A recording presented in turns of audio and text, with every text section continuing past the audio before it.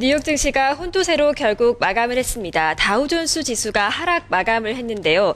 간밤 여러 가지 금융 종목들이 실적을 발표했습니다. JP모간을 비롯해서 골드만삭스 등이 4분기 호실적을 발표했습니다. 그리고 미국의 연준은 베이지북을 공개하면서 미국의 최근의 경제가 완만한 속도로 확장하고 있다라는 긍정적인 평가를 내놓기도 했는데요. 다우존스 지수가 하락을 하고 말았습니다. 원인은 월드뱅크 쪽에서 불어닥친 우려감에서 비롯가 됐습니다.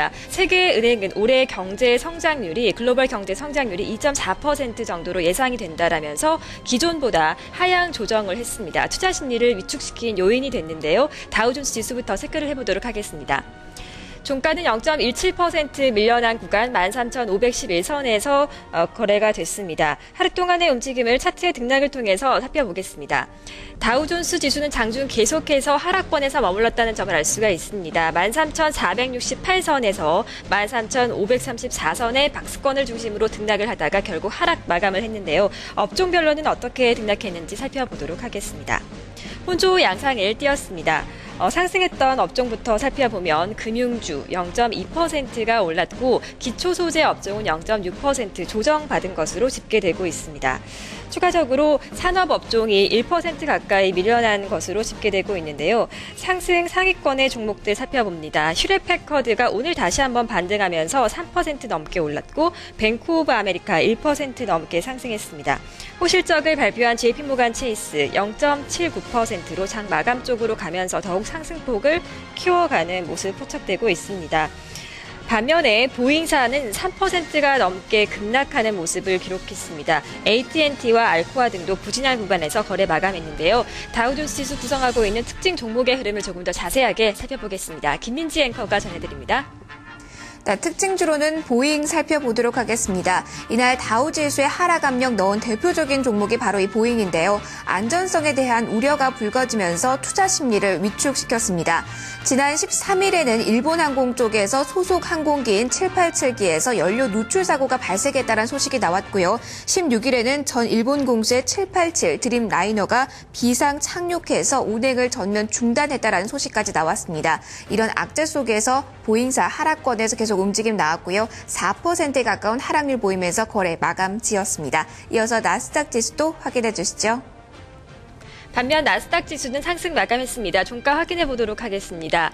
0.2%가 올라가면서 3,117포인트의 결국 종가를 만들어냈습니다. 차트의 움직임 살펴보겠습니다. 나스닥 지수는 장 초반 잠시 하락권에서 등락하다가 이내 상승 반전한 이후에 고점을 높여가면서 등락을 했습니다. 장중 고점이었던 3,106선보다는 다소 밀려난 구간 3,117포인트에서 장중 고점이었던 3,124포인트보다는 다소 밀려난 구간에서 마감을 했는데요. 그래도 상승권에서 등락을 했습니다. S&P 500 지수 마찬가지로 상승권이었는데요. 강보합권에서 거래가 마감됐습니다. 종가 확인해 보도록 하겠습니다. S&P 500 지수 0.02% 소폭 올랐습니다. 최종 종가는 0.02% 상승으로 1,472포인트를 기록했고 함께 차트 등락을 살펴보도록 하겠습니다. 장 초중반보다는 마지막에 상승 전환한 이후에 등락을 했다는 점 차트를 통해 확인할 수가 있고요. 강보합권에서 거래가 마감됐습니다. 이렇게 뉴욕 증시는 혼조세로 거래를 마감했습니다. 유럽 증시 마찬가지로 혼조세로 마감을 했는데요. 특히 월드뱅크가 올해 경제 성장률을 하향 조정한 가운데 독일 쪽에서는 올해 GDP 성장률을 0.4%로 부진하게 제시하기도 했습니다. 오늘 먼저 영국의 푸치백 지수부터 살펴보도록 하겠습니다.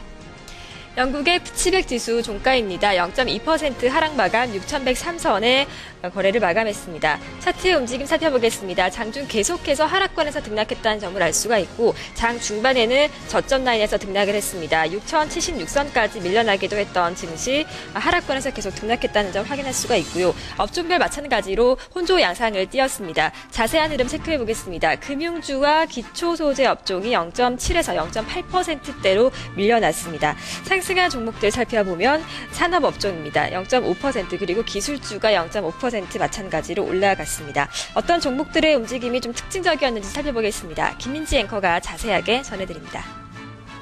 네, 특징 종목으로는 영국의 대표적인 소매업체인 테스코 살펴보도록 하겠습니다. 이날 전반적으로 유럽 시장 살펴보시면 소매업체들의 주가는 좀 엇갈렸습니다. 독일의 대표적인 소매업체인 메트로와 같은 경우는 매출 증가 소식의 상승으로 거래를 마감했지만 테스코와 같은 경우는 매출 부진 소식이 들리면서 하락권에서 장중 내내 움직임이 나왔는데요.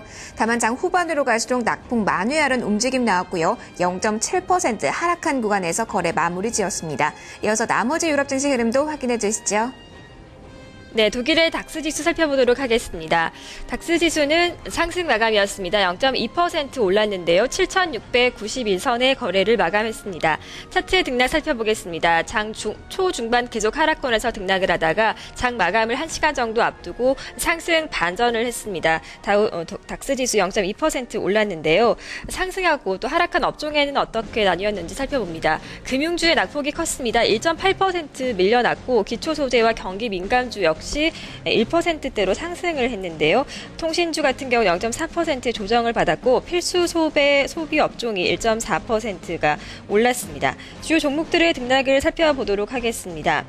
이날 장에서는 코메르츠방크가 0.9% 좀 크게 밀려났고 에온사 그리고 인피니온 테크놀로지 등이 하락권에서 마감을 했습니다. 프랑스 카크 지수의 흐름까지 살펴보도록 하겠습니다. 프랑스 증시도 역시 상승 마감이었는데요. 0.3%가 올랐습니다. 최종 종가는 3,708포인트를 기록했는데요. 장중 등락을 차트를 통해서 살펴보겠습니다. 프랑스 카크 지수 마찬가지로 장 초중반 계속 하락권에서 등락을 하다가 장 마감을 앞두고 상승 전환한 이후에 고점을 높여간 구간에서 0.3% 상승 마감을 했다는 점을 확인할 수가 있습니다. 주요 종목들의 움직임 역시 이어서 살펴보도록 하겠습니다. 금융 종목인 크레딧 아그리콜의 낙폭이 컸습니다. 2.19%가 크게 밀려났습니다. 그리고 아르셀로미탈이 0.5% 가까이 밀려났고 또 다른 금융 종목인 소시에테 제네랄 역시 2.8% 하락으로 부진한 모습을 기록했습니다. BNP 파리바는 약보합권에서 마감을 했고 까르푸가 2%대의 상승을 기록하면서 거래를 마감한 점 포착되고 있습니다. 미국과 유럽 증시 혼조세로 마감했다는 점을 살펴봤는데요. 이어서 상품 시장의 동향까지 체크해 보겠습니다. 먼저 달러 인덱스입니다.